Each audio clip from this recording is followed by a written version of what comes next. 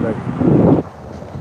Of course, I hear my walk. Look like it's about to rain, but I'm gonna do the best I can with my little walk today. Yeah, man, gotta take care of your skin soon, man. Gotta sure you're looking good. You look good, you feel good. You feel good, you do better for yourself.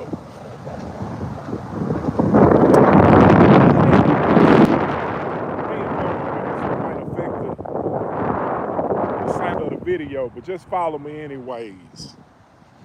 This video might touch some people and it might give insight to others. But either way, I would like it to hit where it's supposed to hit and who it's supposed to affect. And my thing is, I can talk about anything. I can talk about a lot of things, but I like to talk about things that affect the spirit. And I've been in my series where I talk about the spirit, soul, and the body, and I've already touched on the body and the soul, but I haven't got to the spirit yet. But I'm gonna touch on this particular subject because it directly affects the spirit. Directly affects the spirit of any human being that it encompasses. So this video is about infestation. And so I'm gonna talk about this thing that has happened in our community that is into a really, really big infestation. It's a touchy situation because if it affected, then you might be a little bit more on edge than somebody that hasn't. But I hope that you can bear with me and understand that I'm not speaking negatively against you unless you became one of the other. And we're gonna explain this. So I'm gonna start it by saying this. Let's just say we'll say German roaches. Has anybody ever dealt with a German roach? Those little medium-sized roaches that get into your house, man. You start having kids real fast. Start having kids real fast. And by the time you didn't let some time go by, and then you ain't call the people to come out and exterminate, and then you have an infestation. German roaches, they produce very fast. German roaches, I think with one egg, had like 50 babies. And them babies start having babies. And then by the time you look up, you got an infestation. So when I put that in your head, I'm gonna go on to something else that is affecting people. What's going on, my people? How y'all doing today? Where y'all coming in from? So let's say in the 1950s, let's say people's getting molested. And I know it's been happening way before this, but let's just say people start getting molested. It's 100% of people on earth. Let's just say a small minority got molested. And of that small minority, let's say 5% of the 100% molested. And let's say out of that small minority, that 5%, 90 turned out good and 10% of them turned out bad because somebody helped them correct their problem. And then 10% turned out bad. Then we go over to 1960. And then let's say out of that 100%, 20% or 10% got molested. And out of that, 80% turned out good and 20% turned out bad. Do y'all understand where I'm going with this? Do y'all understand where I'm going with this? Well, let's just say this continues on through history. And those numbers start going from the people who turn out good in this molestation thing to the people that turn out bad. When people turn out good, they had this molestation happen to them, and they say, okay, I'm not gonna let what happened to me turn me into the person that did that to me. And they turn out good. And they go and start helping people. They go into the community, they start helping people. They become social workers. They work with foster children. They have foster homes, and they nurture great things. based on what happened to them. So they try to limit what happened to them, or limit what happened to these children based on what happened to them. But then you got the bad side. These are the people who may have been molested, and instead of saying, I'm going to turn a bad situation into a positive, they continue on with the negative. So they go on to molest. They beat people, they turn angry, they just go around doing things for no reason, hurting others. Well, what we're having in our community is an infestation. Just like when I told y'all those German roaches in the beginning, how they can produce very, very fast. I think through the decades, the number of people that have been turning out good versus the people that have been turning out bad, numbers have been growing. Because as I've been in this line of work of Christian counseling, I've come into a lot of people that's been molested. A lot of people, men and women. And while some of them have turned out, a lot of them have turned out good, I've also run into the people who have turned out bad in this situation. Turned out extremely bad. And you hear these cases with grown people and children. When you see people that are in church and they're praying on single women. Praying on single women. Say, okay, if there's no father around, I probably can get that child. Because women be wanting male interaction with their children. They be wanting men, good, positive men around their children. And the church is probably one of the best places if you want to find, so-called, if you want a positive male interaction, most times you would take your children to the church. Well, let's just say one of these people that got molested a long time ago is not one of the good guys. But he's in a place pretending as if he is one of the good guys. Well, this lies the problem. These people go through these churches molesting people. Let's say you were one of those people that got molested a long time ago, and now you're in the church and you become high ranking inside of the church, but you don't have good intentions for the body. Well, lies the issue. This lies another problem inside of a problem. And this is why the Catholic Church then just dished out over $800 and so million to those victims of molestation and rape. And the thing is, none of the people went to jail. They get to go on and live their lives, probably continue on molesting children and doing bad with the position that they have. And now we have a lot of people that look at the church negative because of those individuals. And I feel that is a problem that lies inside of itself. Even when I was dating, like I tell you, when you have a sex addiction, you usually get attracted, or you attract naturally people who have also have the same addiction that you have. So I started running into women, and when you run into women that have a sexual addiction, it usually comes from something. Lack of male leadership, molestation, rape. All of this stuff leads to sexual promiscuity. So I was running into these women, and I was finding that most of the women that I was dating had been molested or raped. Most of them.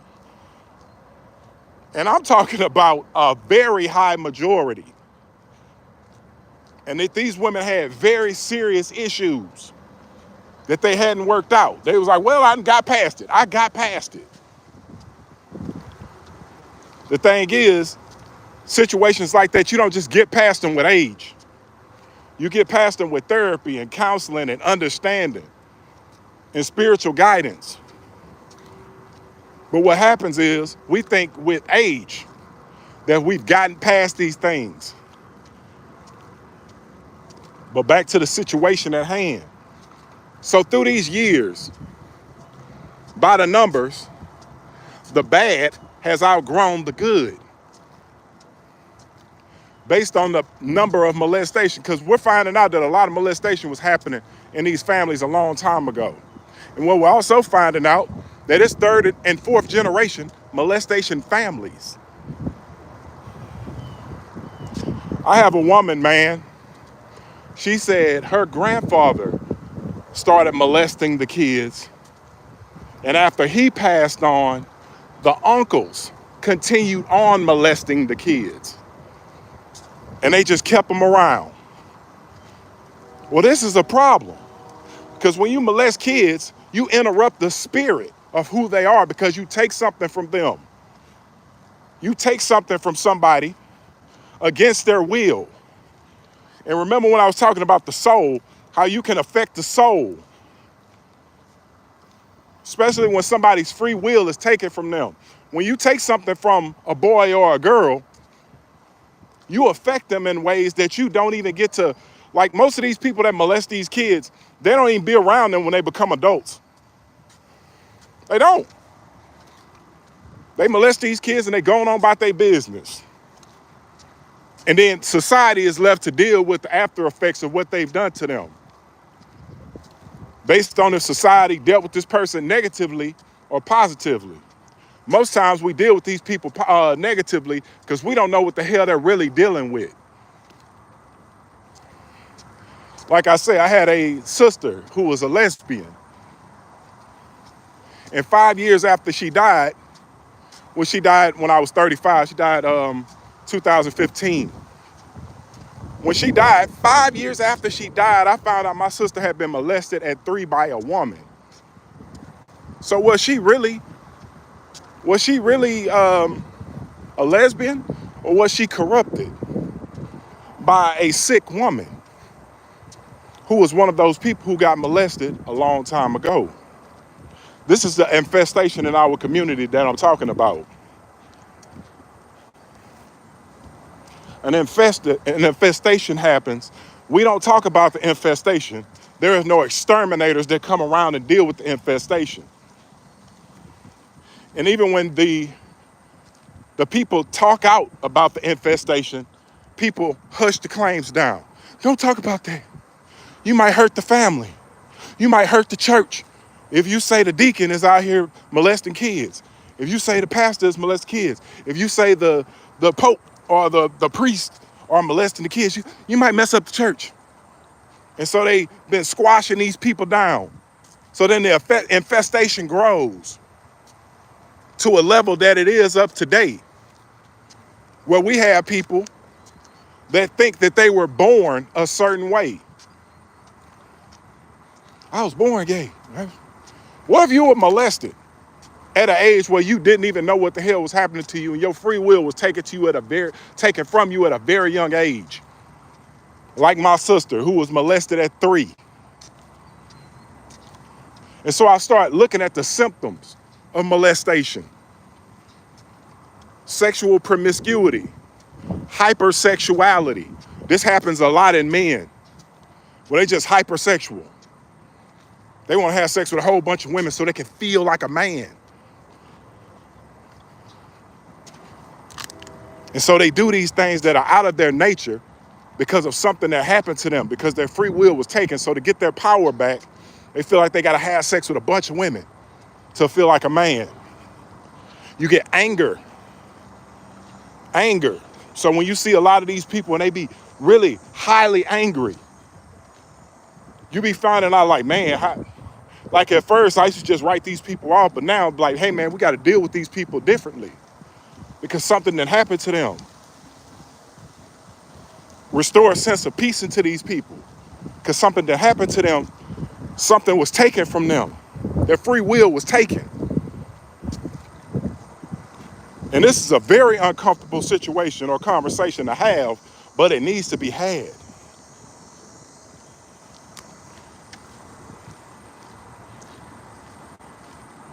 And so we got to learn to see the symptoms of what happens from or from molestation and rape. When somebody has totally withdrawn and they just like hide, people that are hyperly secure or like when they have children, they hyper protective over their children. They don't even allow the children to grow because of what happened to them. So they be like, man, if I don't protect these kids, it's gonna happen to my kids, and they become hyper protective of the children. It's a lot of people lose their marriages because of what happened to them when they were young. I've counseled so many people, especially women that have dealt with molestation at a young age. And when the man is trying to have sex with them, they go back to what was happening to them with the molestation and they blame it on the husband. Like, you doing this to me and it makes me feel uncomfortable.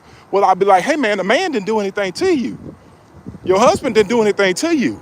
That was the sick person that took advantage of you and took your free will as a child. You cannot blame that on the husband.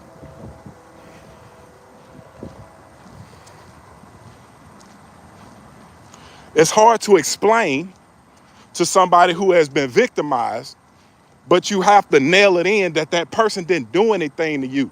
This is your husband. He did not do that to you. It's some men walking around that think that they're gay, but they really not. They just really got victimized as a child. They really got corrupted as a child.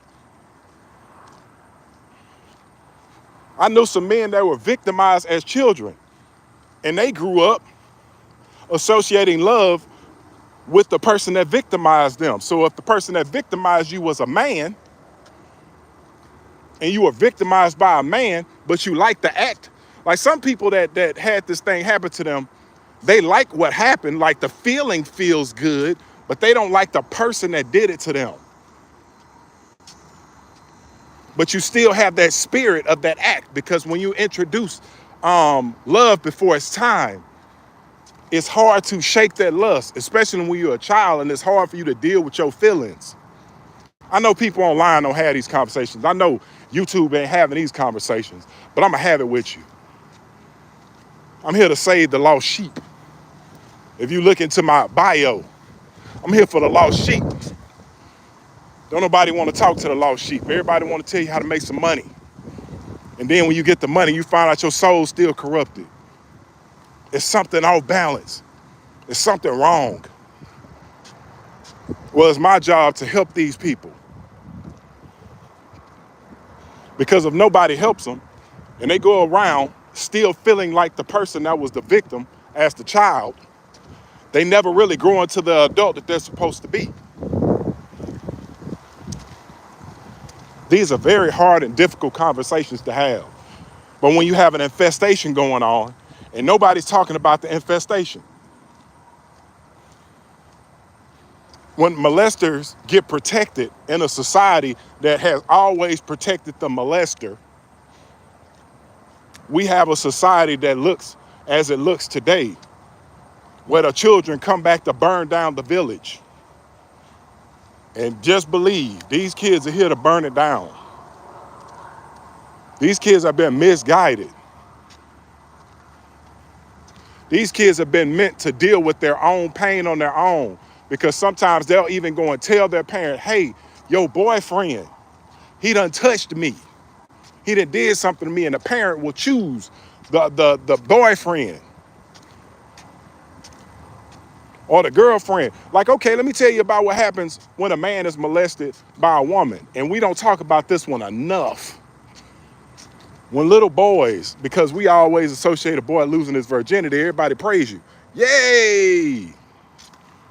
But when that happens to a little boy, and it especially happens from a woman, the man loves the feeling, because boys love pleasure. Like, if you put a boy in front of a video game, boys play a video game all day. Boys love pleasure, but if you don't teach them anything else, all they'll know is the video game. And they'll lean into that pleasure. So you have to teach boys that, and I work with this young man. He said he was molested by 3 of his mother's friends, women. And as he grew up, he used that like, yeah, man, that was cool, man. What happened to me was pretty cool. And then I was explaining to him, like, that wasn't cool, bro. Them women took advantage of you. You don't see how that affected this area, this area, this area? And he stopped. He was just like, and he really had to go home and think about it. When we spoke the next day, he was like, bro, what you were saying made so much sense.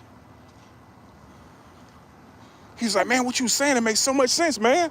Like I never knew why I was choosing. He was choosing older women. This man was in his 20s talking to women that was in their 40s because he had got molested by a woman that was older. So he always naturally associated himself with older women.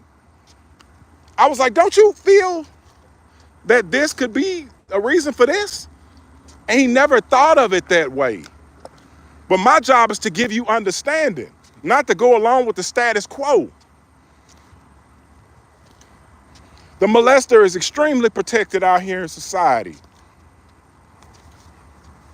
Nobody even wants to speak about, hell, if I'd have put molestation in this title, they'd probably flag this damn video. Because it's not a topic that you can naturally speak on.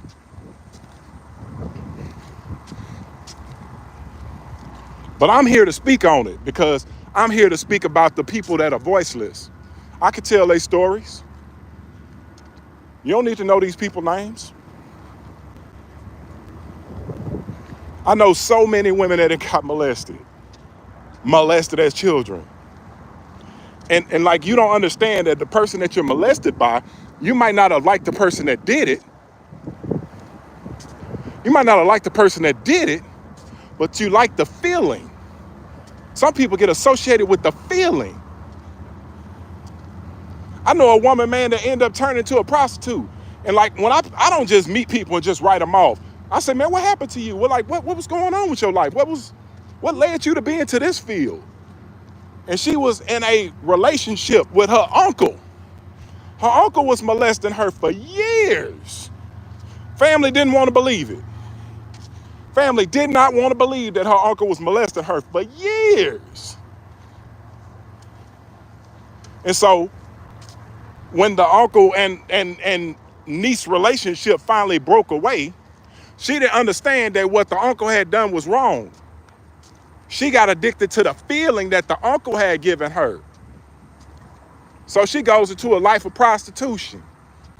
First, it started with stripping. Because when you become the fast girl at church, the church don't know how to deal with that. They just call you fast and write you off. That's another way that you protect the molester. You just call somebody fast and write them off. You don't listen to why these people have become the way that they are.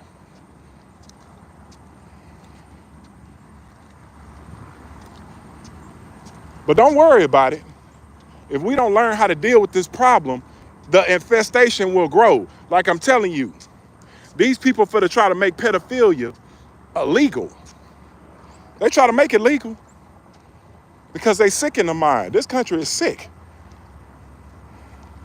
Like I say, the infestation has grown so high that the infestation might have grown to high levels of business, high levels of government, high levels of religion.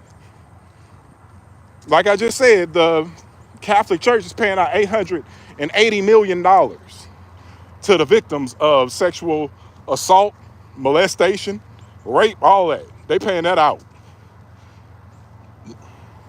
But if it's happened with the Catholics, it's happened with the Presbyterians, it's happening with the Baptists, it's happening with every other denomination. As high, so below. Always remember that if it's happening at the high level, it's happening in households too. So if it's happening with your highest level official, it's also happening at the bottom, because the high level official, he don't want to go to jail for what he doing. So he gonna protect himself. And as he protects himself, he empowers the infester or the molester at the bottom as well. Because if we don't deal with the people at the top, we can't deal with the people at the bottom. It's impossible. Like they say, sex trafficking is like $1 trillion business damn near. Every Walmart you go into these days got a fresh, you can go to a Walmart right now today and then go down the street to your next Walmart, which is probably 5 miles, and you'll see different kids at those different Walmarts. That's because the infestation has grown so big.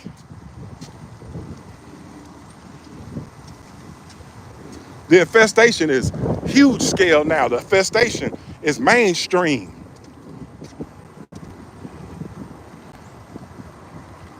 The infestors are celebrated now. That's like going back to my analogy in the beginning.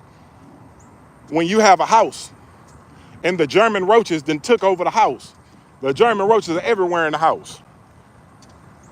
And they go in there and they, like regular people go into the house and they start celebrating the German roaches. Like, yes, you guys have done a great job infesting this house.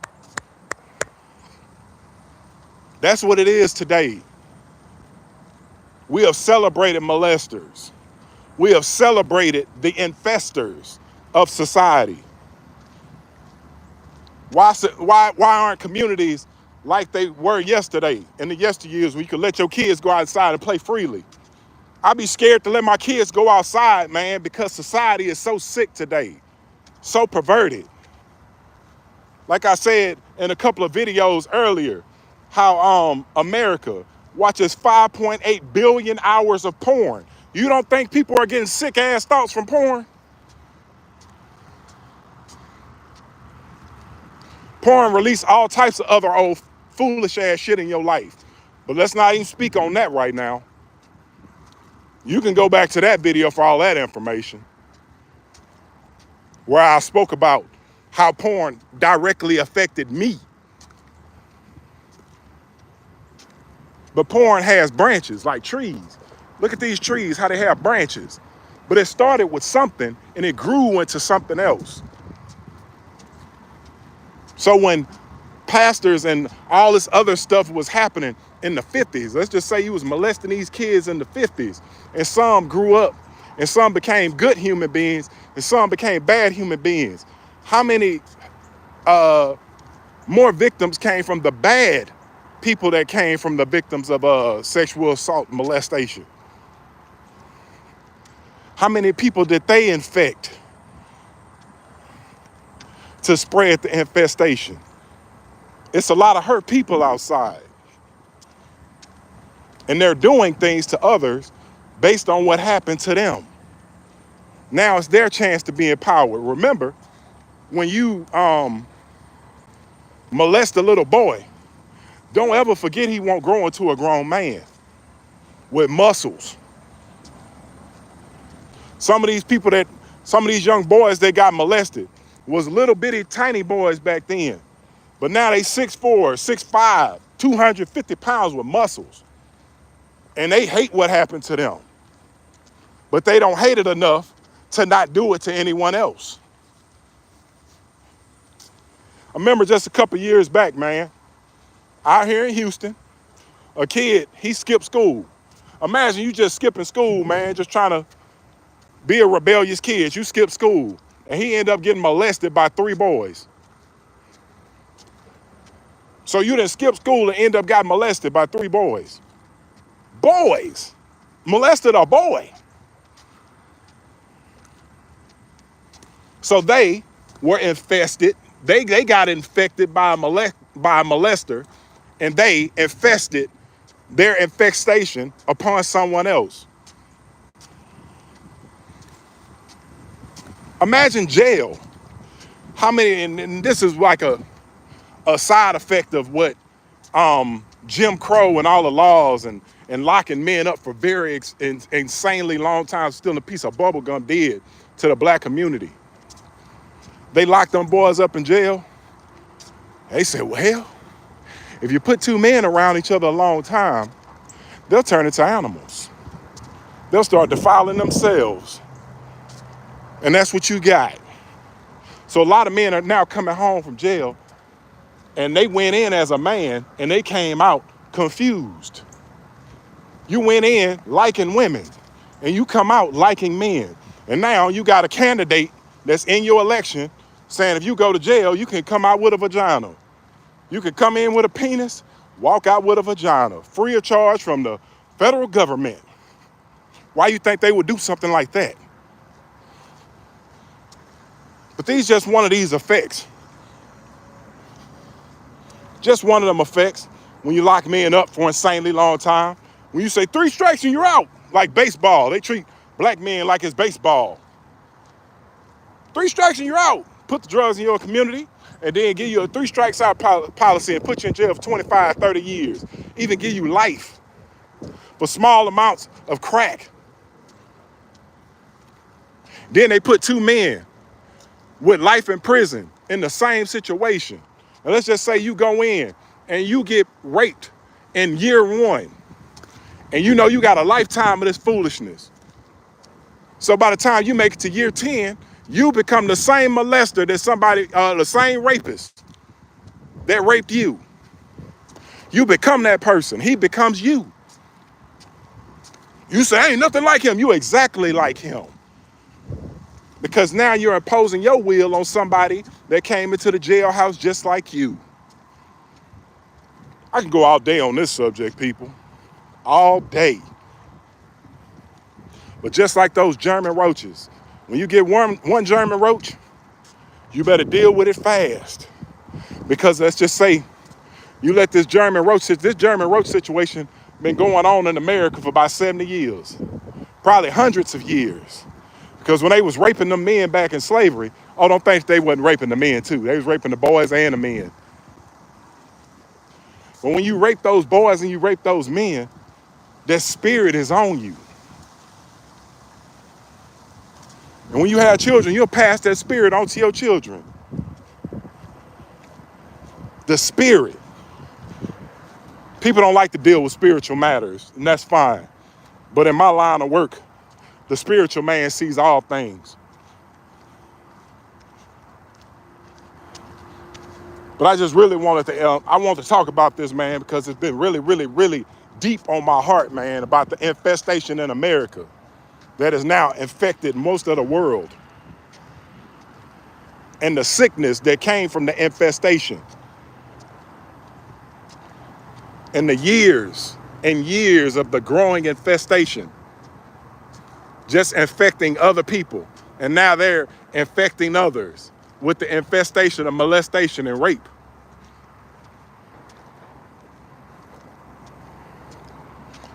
Peace out, my people.